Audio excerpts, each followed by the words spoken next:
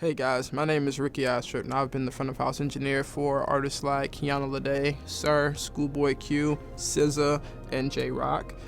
Today I really want to talk about how I set up my session and how I like to have things done whenever I'm working with the artist.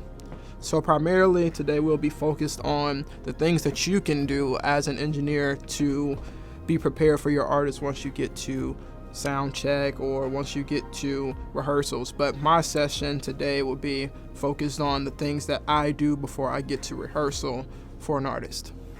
So during this quarantine, I was emailed by DiGiCo to do a video. So I'd like to thank DiGiCo for letting me do this video with the Locked Up series.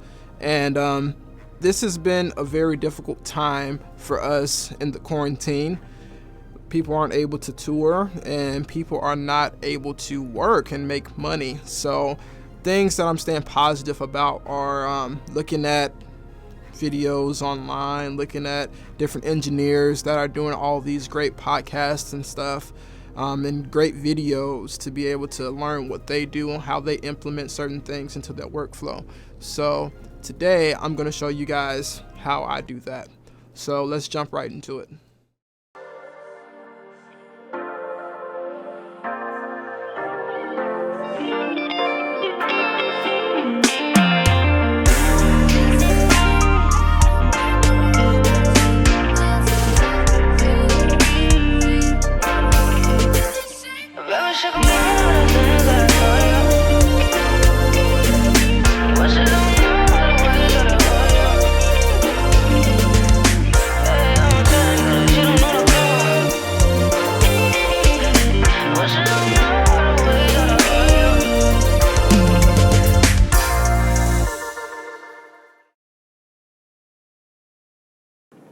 So the first thing I like to do is I like to go to my session structure here, and I like to go ahead and get my desired channels that I want for my artist. So here I do about 4 aux buses, and I'll do 4 mono buses. And a lot of this I already know what I want because I have been doing this artist for a little while. And this particular session is going to be based around Kiana Ledé.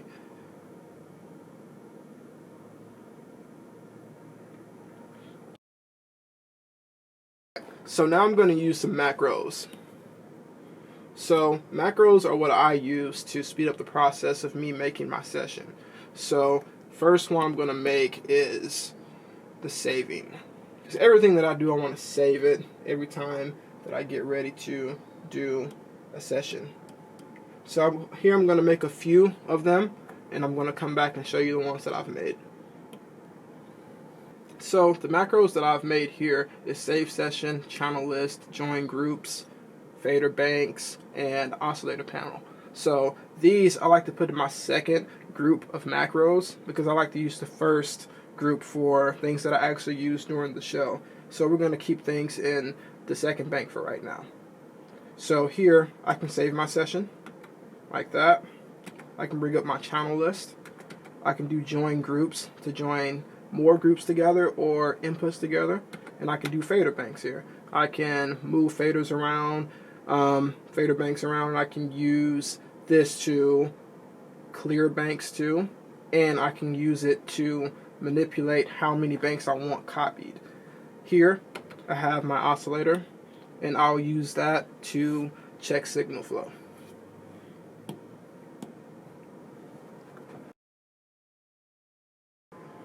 Alright, so the next thing that I'm going to work on is labeling my channels. So I'm going to use this macro here to label my channels. And here I'm going to go through all of my inputs. I'm going to label them according to the input list for the tour.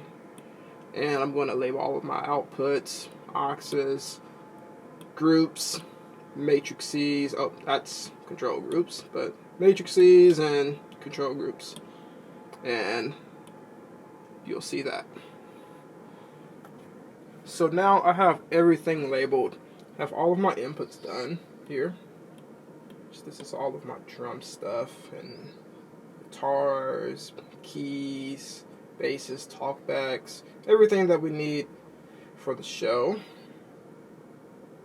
All of that labeled. And now I have my auxes labeled. In the groups, I will explain what all of this stuff does later. I have all of my matrices labeled, and I also have all of my playback stuff, and I also have my control groups labeled. So the next thing I like to work on is my matrices. It's great to have your matrices already working before you get to rehearsal or anything like that, so that whenever you get there, you can just start lifting up your outputs and they already work. So here, I'm just going to work on my matrix stuff, and I'll explain what I have going on here. So I have my left-right bus, and I have my left-right audience bus here for my matrix inputs. So the way that I route that is I'll take my left-right, and I'll make it at 0 dB for the matrix outputs, and I will do -6 dB for my left, right going to my subs, and I'll do the same thing for my fills. I like to have my left, right mix going everywhere, whether it's subs or fills or it's a delay tower or whatever. I just like to have it going like that. So these two and these two, which are my sub and fill, are at -6. So the other stuff that I have down here for my session is I have a record left right, and I have a record left right plus the audience bus. So here's my audience bus right here, and I have that going here as well. So I do something special for my left right mix plus audience.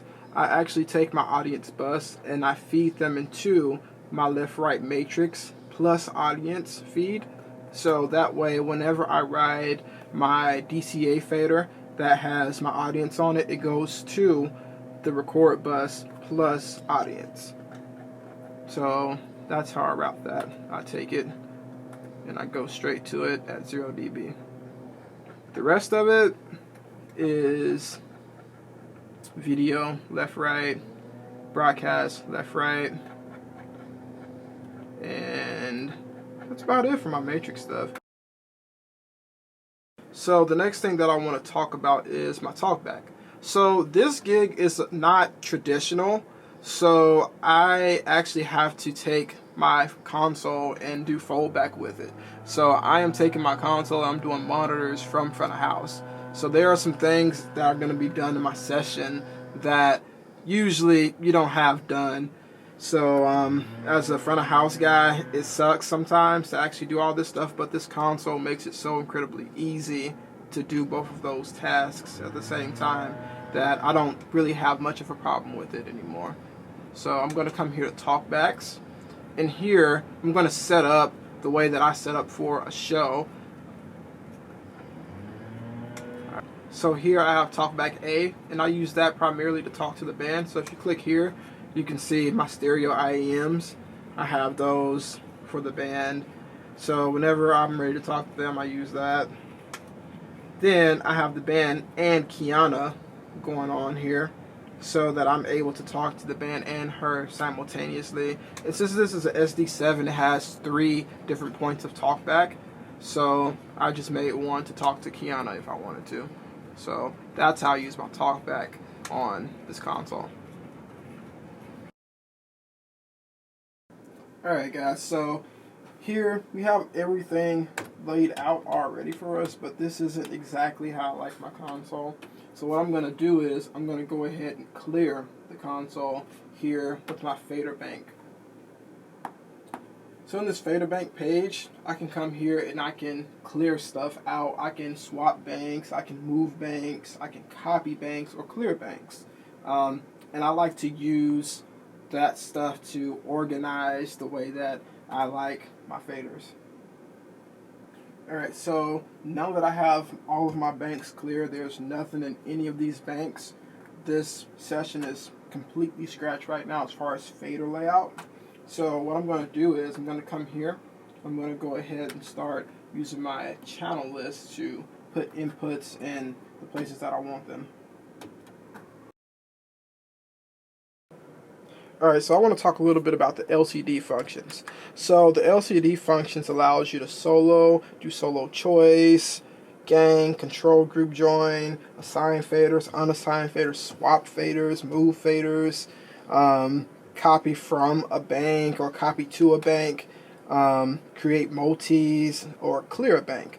So these are all things that we're definitely going to be using to organize your fader structure and all of that stuff. So the first thing I'm going to do is I'm going to start assigning faders. So here, my second bank, not the top one. This one I leave open because I'm going to do something there that requires a little bit different of faders. So now I'm going to start assigning faders from my channel list. So the first thing that I put over here is kick drum.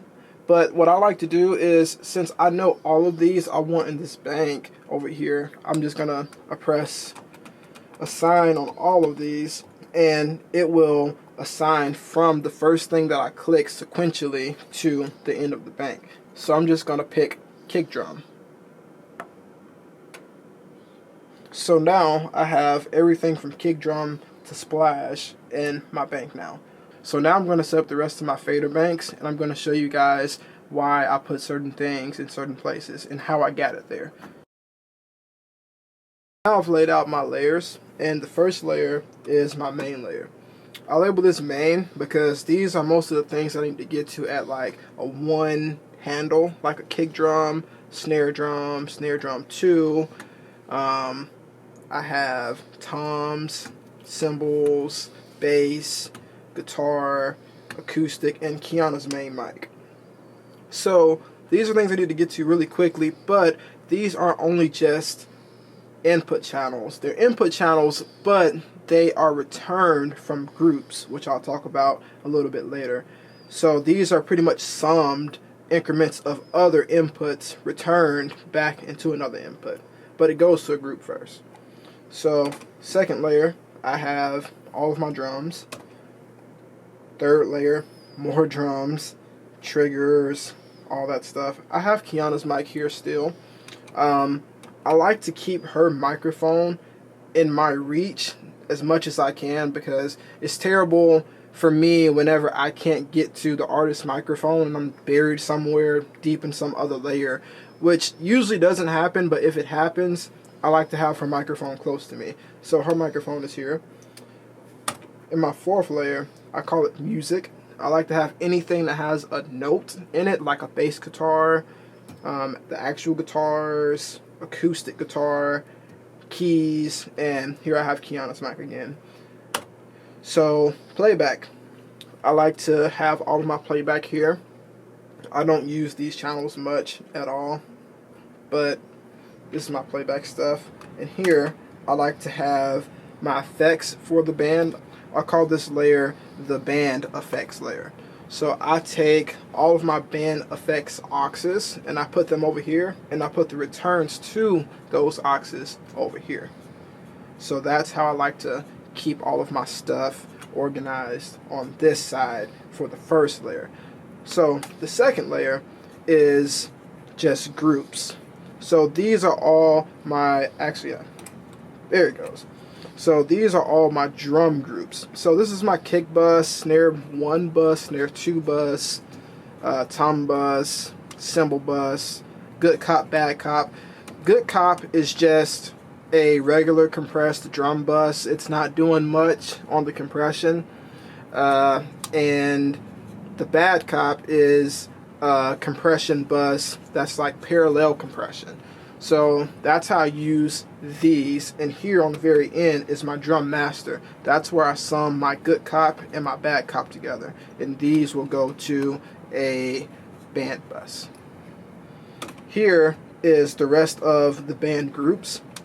So I have my drum master bus, and then I have bass on a mono bus, guitars, a stereo bus, I have acoustic, I have all of my guitars. So both of these together are going to that, and we're going to talk about the routing on some of this soon. So in here I have playback, and all of those buses are routed into my band bus, except for the guitar and acoustic. I route the guitar and acoustic into the guitar. I have all guitars, which is both of these summed together, and they go into the band bus. So here in the middle section of my console, I just have all of my control groups. So I have playback, band, drums, bass, guitar, BGVs, and BGV is just the track vocals. I like to have that at a single handle right up front. Utility, which has like pink noise and my iPod channel on it. The audience, this is just my audience group that's going directly to my record matrix plus audience.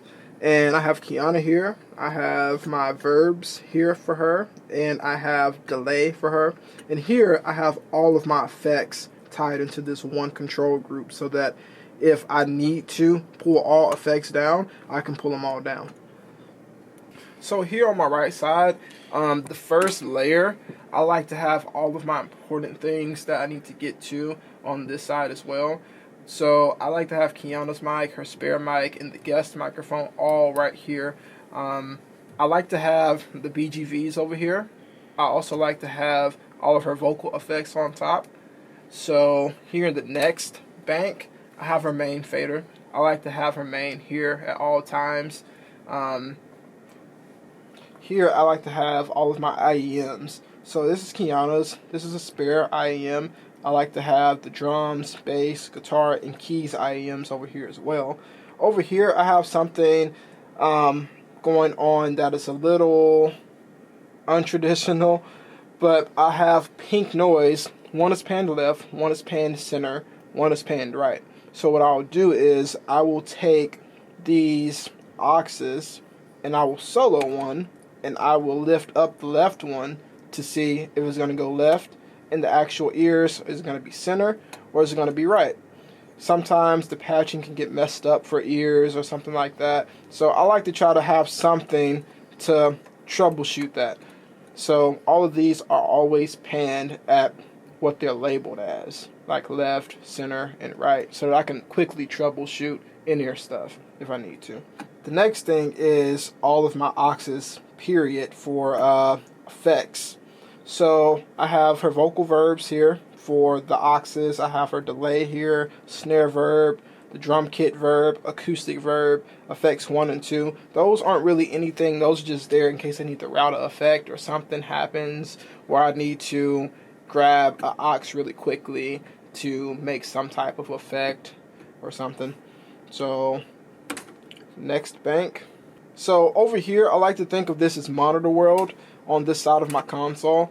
So these inputs here are mainly inputs that are asked for a lot in monitor world, which are her microphone, and it's going to be a lot of playback stuff. So like drums, music, program, and playback vocals, and click track, which all that stuff has always been asked for in rehearsals and stuff, and I'm always manipulating this kind of stuff over here. Here I have my matrices. I have left, right, sub, fill. Traditionally, I like to do just left, right, but some venues that we go to ask for left, right, sub, and fill, so I just have that already going and already ready for them to take into their system. So I like to have record left, right. I have record left, right plus audience on here, and I have video left, right, and I have broadcast left, right. So all these are already routed like we did earlier with my left, right mix. So here in this bank, I have talkbacks. So I have Kiana's main there, and I have all the talkbacks. I have the drummer's talkback, bass, guitar, keys. I have all those right here, and what I do is I take those and I route them into this talkback aux, and that talkback aux goes into a speaker at front of house where I am, and I am able to hear the whole band or anyone who needs to talk to me, and I can talk back to them. So this is my utility layer. My utility layer has my inputs for my audience channels, and it has my audience bus, has front of house pink noise, and it also has my iPod channel. My iPod channel and my front of house pink is routed to my utility control group. and here I have this routed to just be in my control group for my audience. So the next thing that we're going to talk about is group routing. So group routing is going to consist of me using this a lot. So this is the group routing page right here. And here, this is how you can select a group and you can say, hey, I want to join things to that group, or I want to take things out of that group. So I'm going to be using this a lot to route certain channels into groups and certain groups back into groups. So I'm going to show you guys how to do this with the input channels. So I'm going to talk about how I assign things to groups and how I unassign things to groups. So the first thing we're going to do is unassign everything from the master fader. So first thing I'm going to do is going to come here to the master, and then I'm going to do this. I'm going to just unpopulate it to that channel, or you can go here and you can say clear from these groups. And now everything that was in that master fader is now gone. So I'm going to uncheck that, and now I'm going to come back to kick. So the kick bus, I want my kick in and kick out going to that. Oh, actually that's the wrong bank. Come here.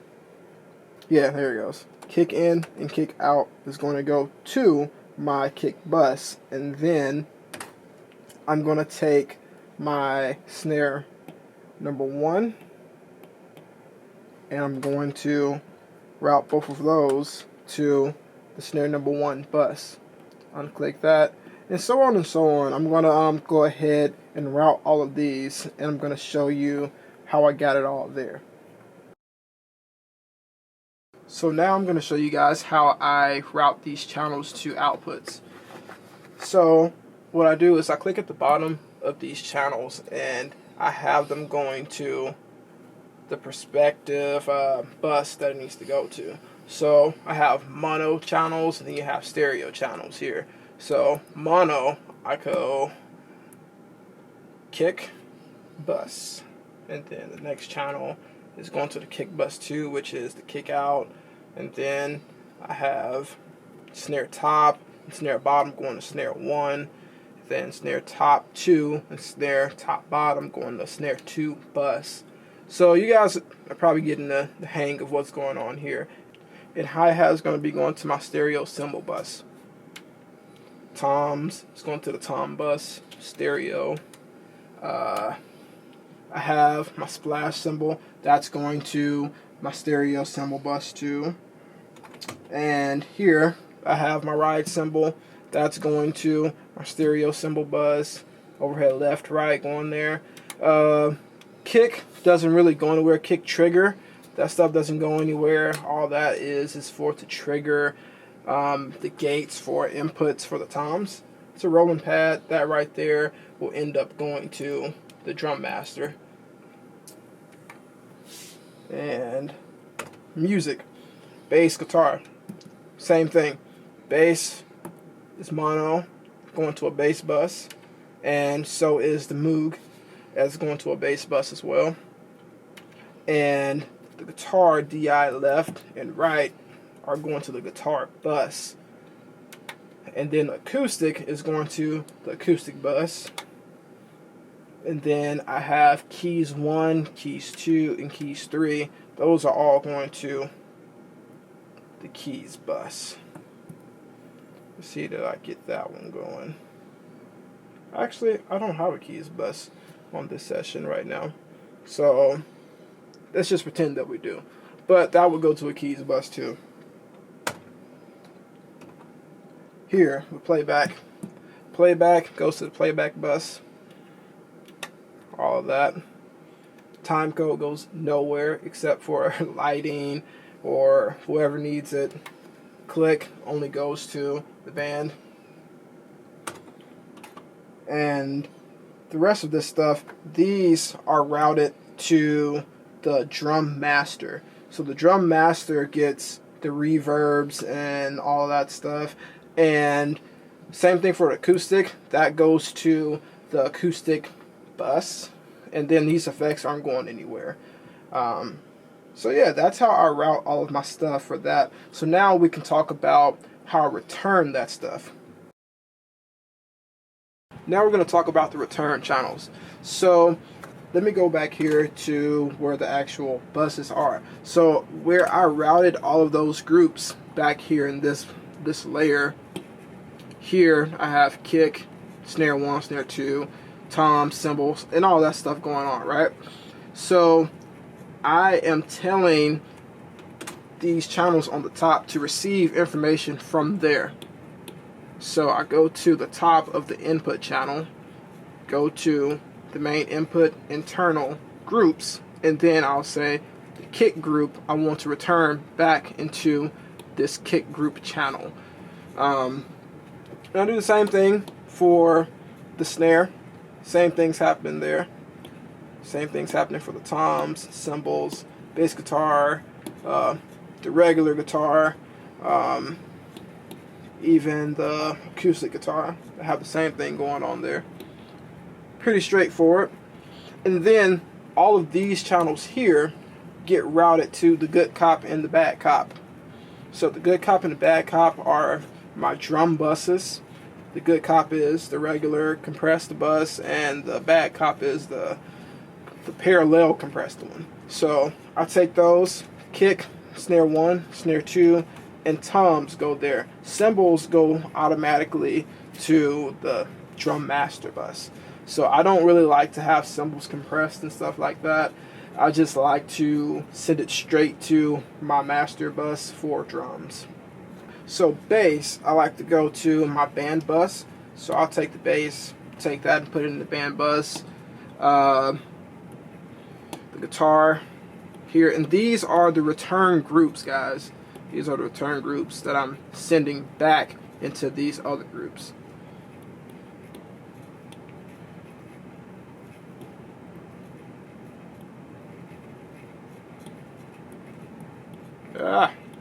There he goes. Great. So that is how I like to have things going for my signal flow as far as buses and groups and channels on this side of the console. Now I'm going to talk about how I route Kiana's effects and her main vocal. So I take her main vocal and it goes to Kiana and effects bus. So I'll take that goes there, her spare goes there, and the guest goes straight to the master bus. I have BGV over here, and I have vocal verb 1, vocal verb 2, and the delay goes to that same Kiana and effects bus. Guys, so now I'm going to talk about how I do my control groups. So control groups, I typically just put like the summed up groups of things inside of my control groups. Like I will take the playback bus and I will put it inside of the control group for the playback. And then band is just summed up pieces of the band. Like I would take this and I'd put bass, the actual bass channel that is returned, and I would do the guitar channel that's returned, and the acoustic channel that's returned, the playback that's returned, and I'll put drums in there too, the drum master that is returned as well. And for drums, I'd have my drum master bus there. I have my bass bus that was returned here. Both of the guitar channels that are returned goes there. I have BGV here, that's just the channel. And I have, for my utility, my front of house iPod and the pink noise that goes there. And here I have my audience bus, which, remember, this audience bus is going into this control group, but this control group is pushing that audience bus into the matrix for my left-right record plus audience bus. So that's how I'm using this to get crowd raises and different kind of things going with the crowd into my record bus. So Kiana's channels are inside of this control group here, her main and her spare. And then verbs for Kiana are here in the verbs control group. And then I have her delay, and then I have all effects, so that I like to take the reverbs or any kind of effects and be able to just mute them and just listen to my mix like that and figure out, hey, how does things sound dry or wet. So I like to have all that at a single handle as well. So now I'm going to talk about the effects. So I love the effects on this console. Everything sounds great on it. I love the halls on this thing particularly. I like the halls because they sound really rich, and the tails specifically on these halls sound pretty natural. So I like that. I'd never mind using DiGiCo effects because they just sound great. So my main reverb is this one right here. I have a large hall going on her for this one. Then I have a warm hall for her second reverb. And then I use a delay. I like the simple delay. It's really simple. I think that's why they call it simple delay. But it's easy to use and it gets what I need done. Snare verbs. I use the large hall for that too. And for the kit verb, I also use that.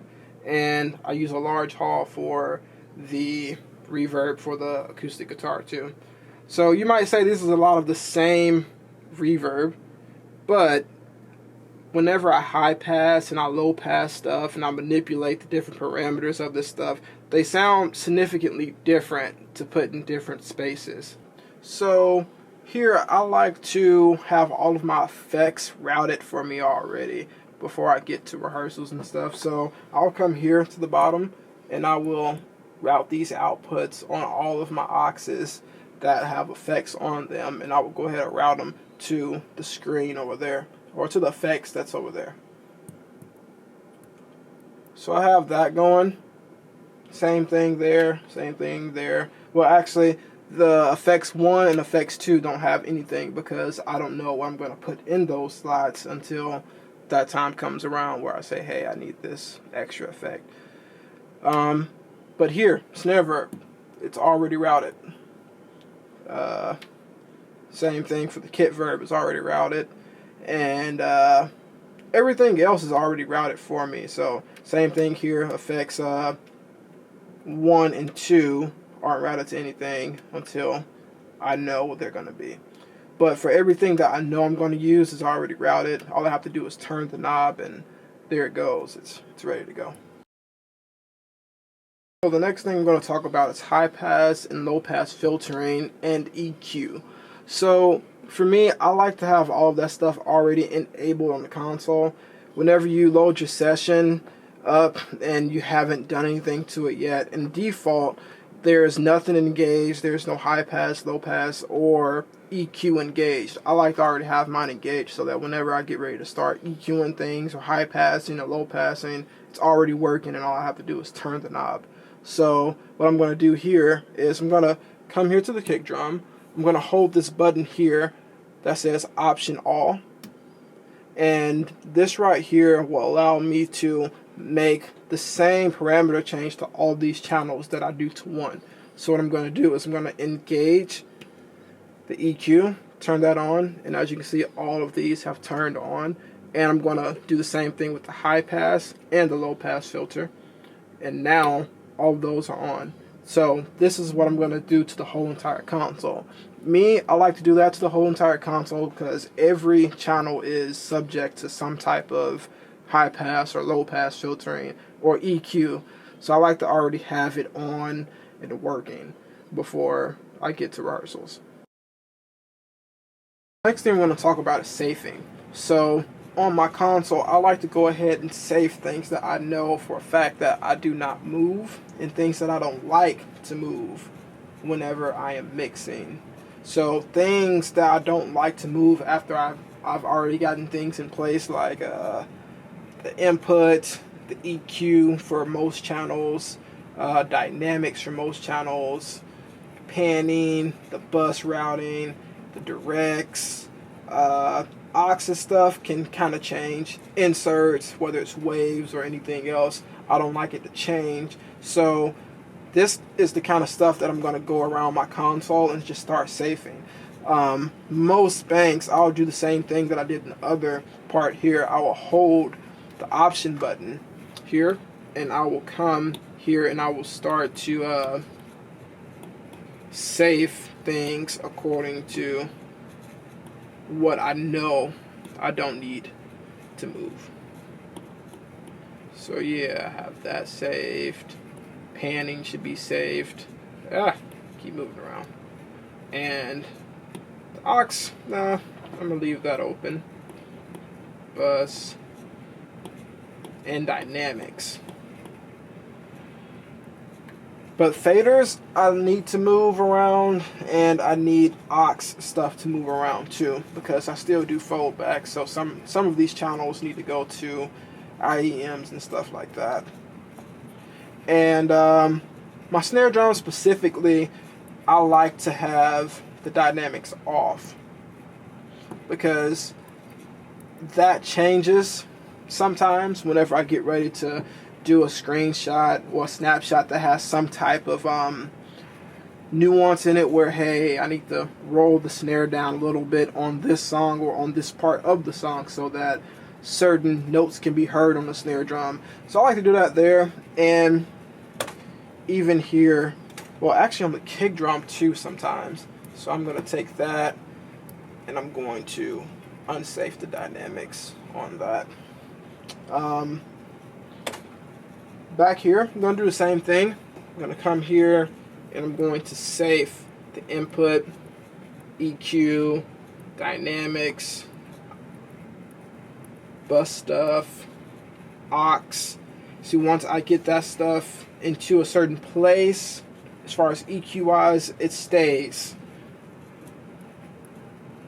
Inserts, faders and mute. For this stuff over here particularly, I don't want to move. So once I set this stuff, it stays. It doesn't do anything else. Here in my next layer, I have stuff that does not move still. So I'm going to save all of these channels here.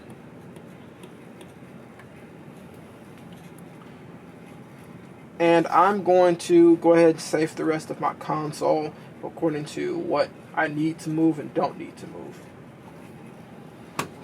So now I've saved everything that I need to save on my console. I have everything saved that doesn't need to move, and the parts of things that don't need to move.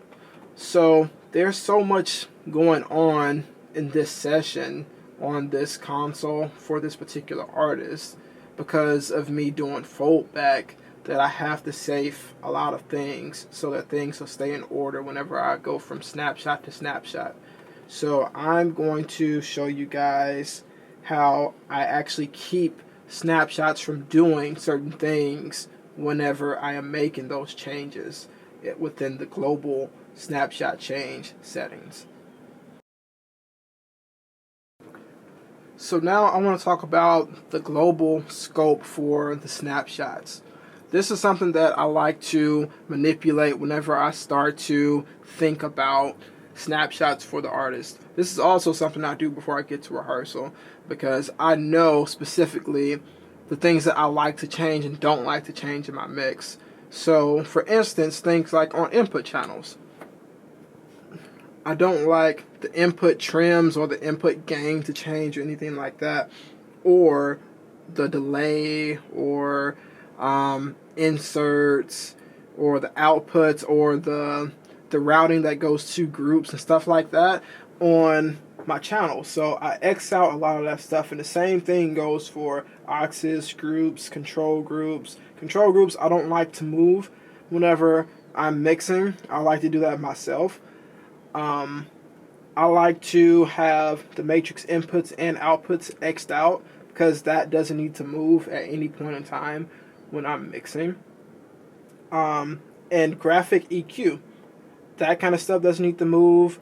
Video link, that doesn't need to move. So I X'd out everything that I don't need to move, so that whenever I do snapshots, the only things that are moving on certain channels are faders, some dynamics, some send stuff for my monitor area, faders, sometimes mutes, some panning stuff too.